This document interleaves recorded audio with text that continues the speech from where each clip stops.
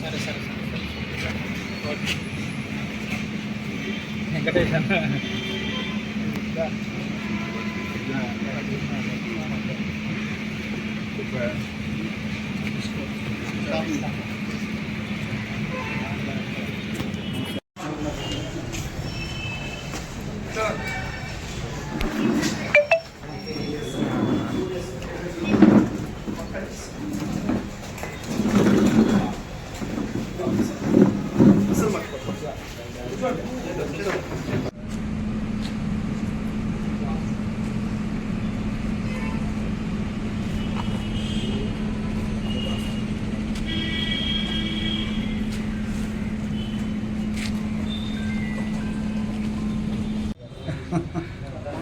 ఈరోజు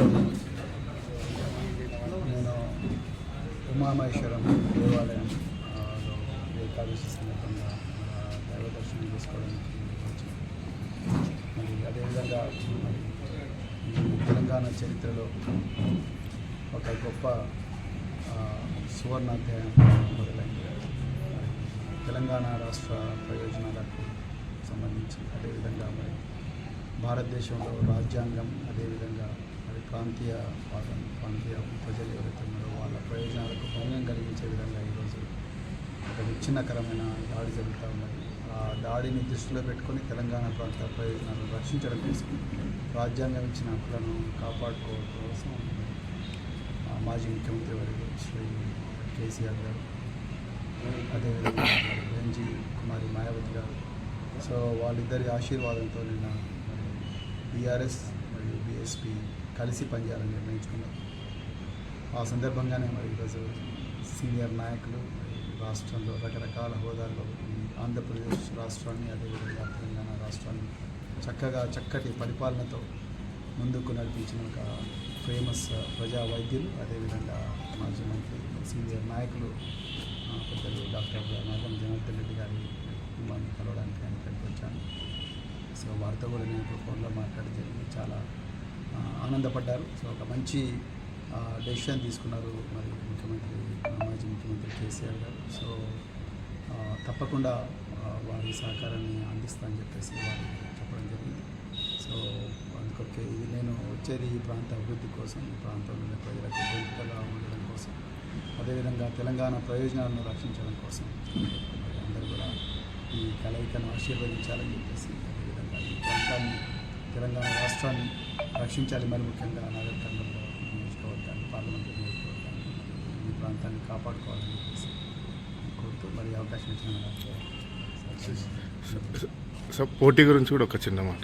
పొత్తులో ఎక్కడెక్కడి నుంచి పొత్తు పెట్టుకోవాలి అనేది ఇంకా డిసైడ్ అవ్వలేదు. సో కలిసి పనిచేయాలని సూత్రప్రాయంగా నిర్ణయించుకొని నిన్నే కంబైన్డ్ ప్రెస్ కాన్ఫరెన్స్ కూడా పెట్టడం జరిగింది.